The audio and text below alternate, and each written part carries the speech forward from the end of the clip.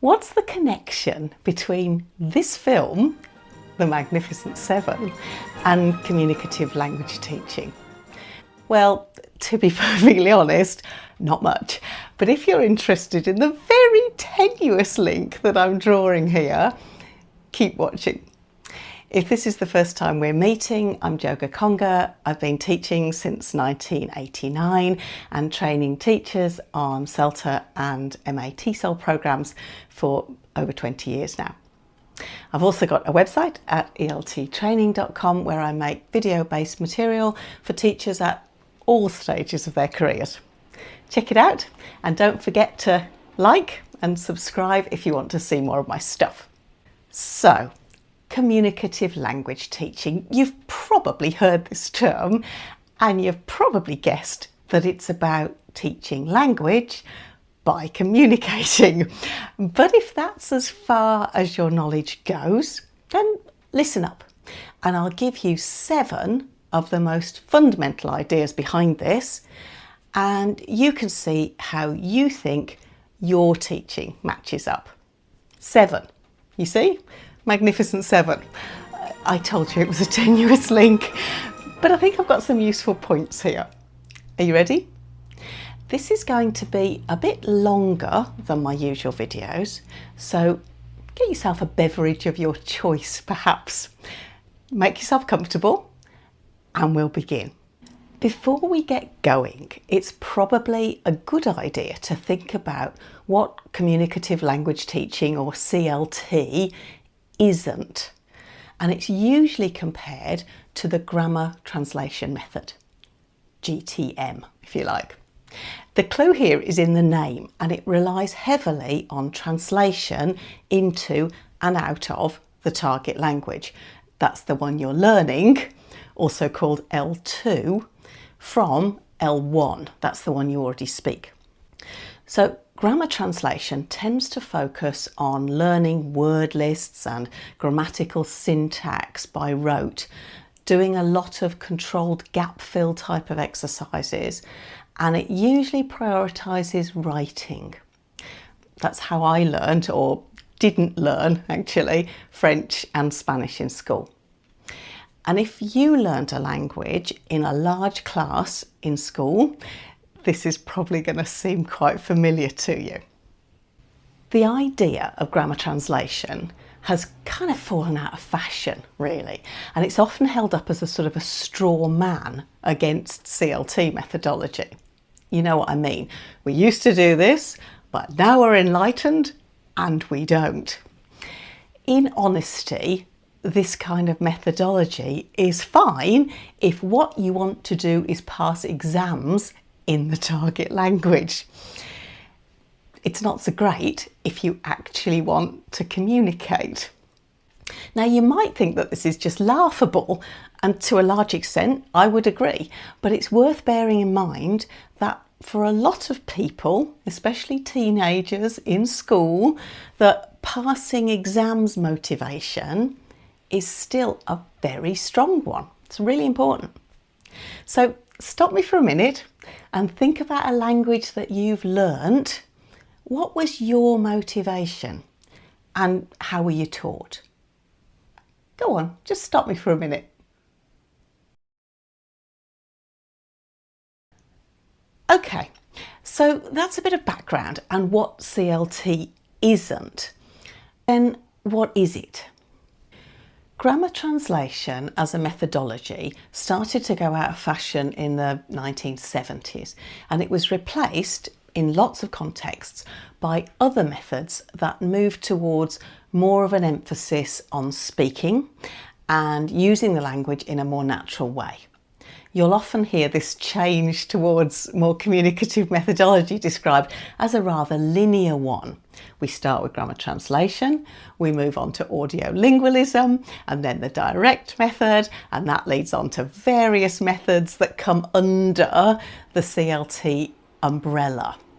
Alternative approaches such as the silent way, Suggestopedia, community language learning, and then onto task-based learning and the lexical approach. And now into a world where we are post-method, according to some pretty eminent scholars. In fact, though, it's much more complex than this, as most things often are. And some of those methods have been locally adopted in some places and at some times, but not in others.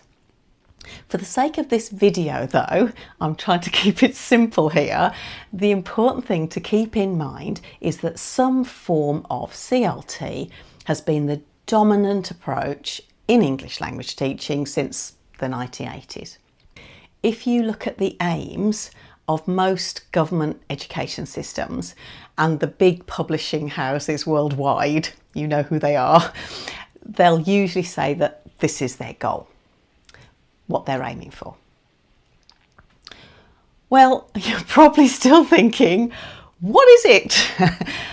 Let's have a definition from Diane Larson-Freeman.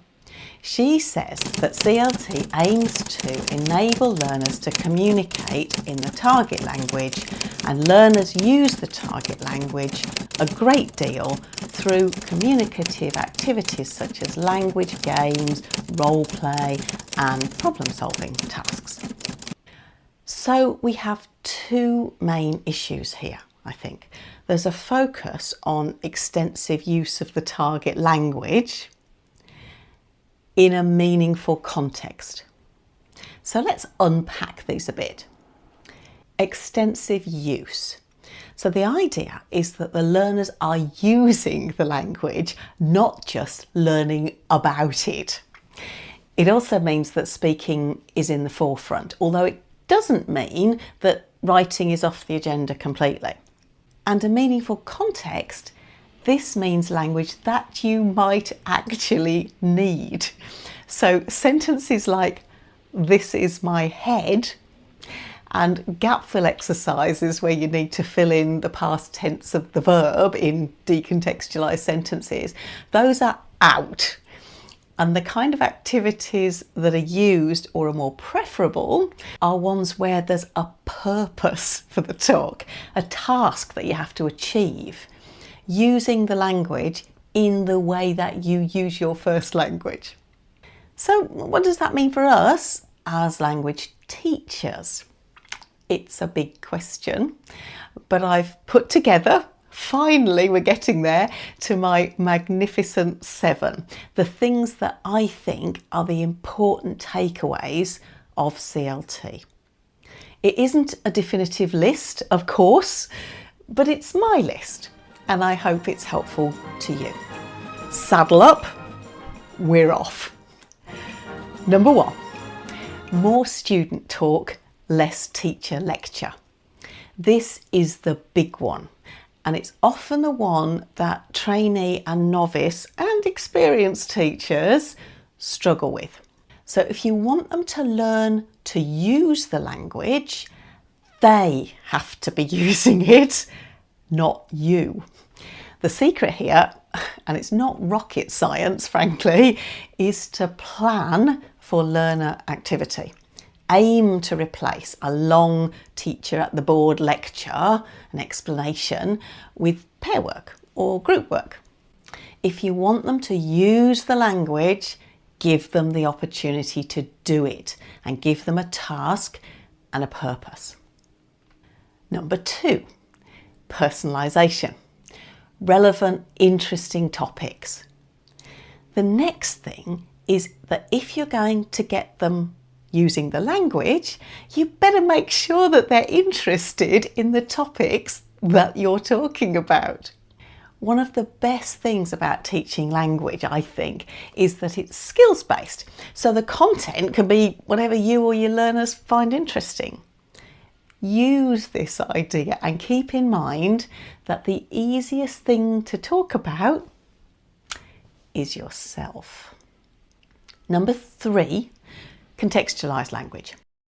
It's easier to understand language when it's in a clear and obvious context, not just at the word level or the sentence level. So CLT aims to start from a context such as a reading or a listening text and take the language out of it rather than starting with the language and building to a context. So lessons don't start with, today we're going to study the present perfect. They might start with talking about experiences. Have you ever seen an elephant? Where? What was it like? And then pull the language out of that context. Have you ever seen an elephant? No, I've only seen them on TV. Number 4, authentic language. Although the use of more authentic text isn't necessarily part of CLT, it's come to be an issue that's associated with it. This means that we avoid the kind of conversations that I remember from course books in my early career. I'm sure you know the kind I mean, the ones that sound artificial and obviously designed to showcase grammar. One I particularly remember is, why are you washing your dishes in the bathtub? Do you usually wash your dishes in the bathtub? No, I don't usually wash my dishes in the bathtub, but I'm washing them in the bathtub today because my sink is broken. This is genuinely from a course book I used in the 1980s. I won't say which one, but it's still for sale on Amazon. Using more authentic language means conversations that sound more like natural language, even if they're not genuinely authentic, because they need to be easier. There are debates about what constitutes authentic language and how important this is, or not, and whether any language in a classroom context can be seen to be authentic. But the general principle, I think, is still worth bearing in mind. Number 5, grammar where it's useful. What about grammar?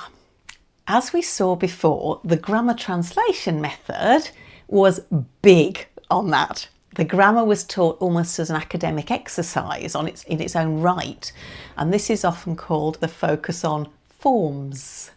The teacher comes into the class and says, today we're going to learn the present continuous. CLT is a bit different. Now grammar, at least in theory, is taught as it's needed by the learners. So the purpose of the language comes first. So if you were getting the learners to describe a holiday that they'd been on, they'd need past tenses. And we teach them in the context of holidays. Confusingly, this is referred to as a focus on form. So in CLT, grammar is more of a passenger and not in the driving seat. But that doesn't mean not teaching grammar. It's still a central part of teaching. And in honesty, I think it's what learners expect. But the CLT approach would tend to have more focus on the learner's communicative competence. Can they communicate effectively?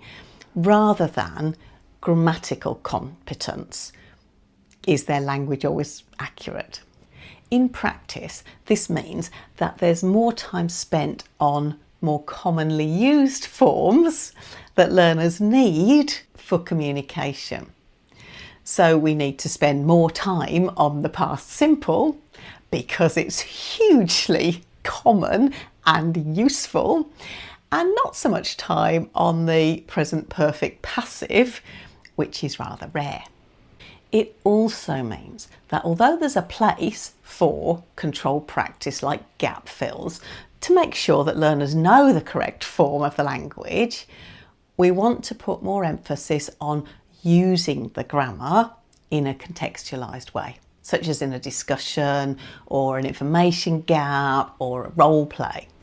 This is actually much harder, and it's why so much freer practice is important. Number 6, the importance of lexis and chunks of language. Number 6 on my list is lexis.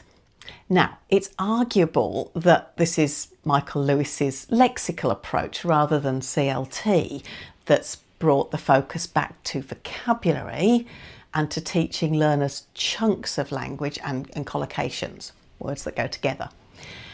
But in either case, I think it's worth including in this list.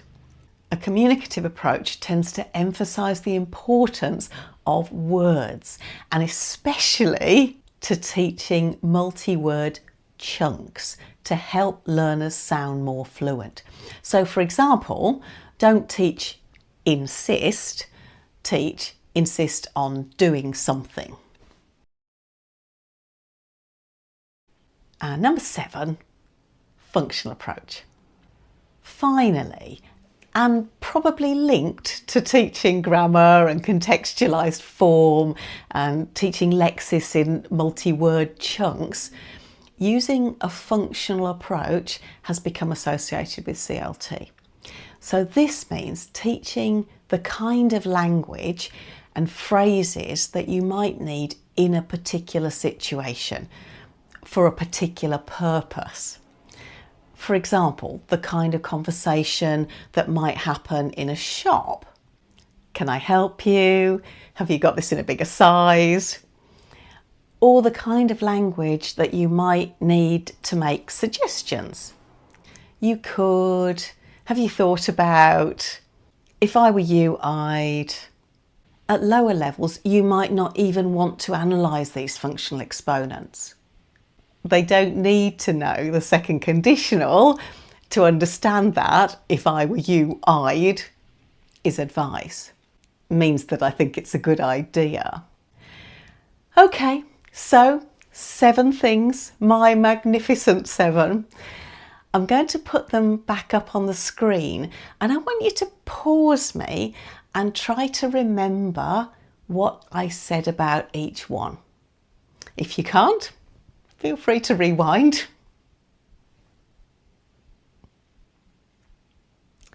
Have you got all of that?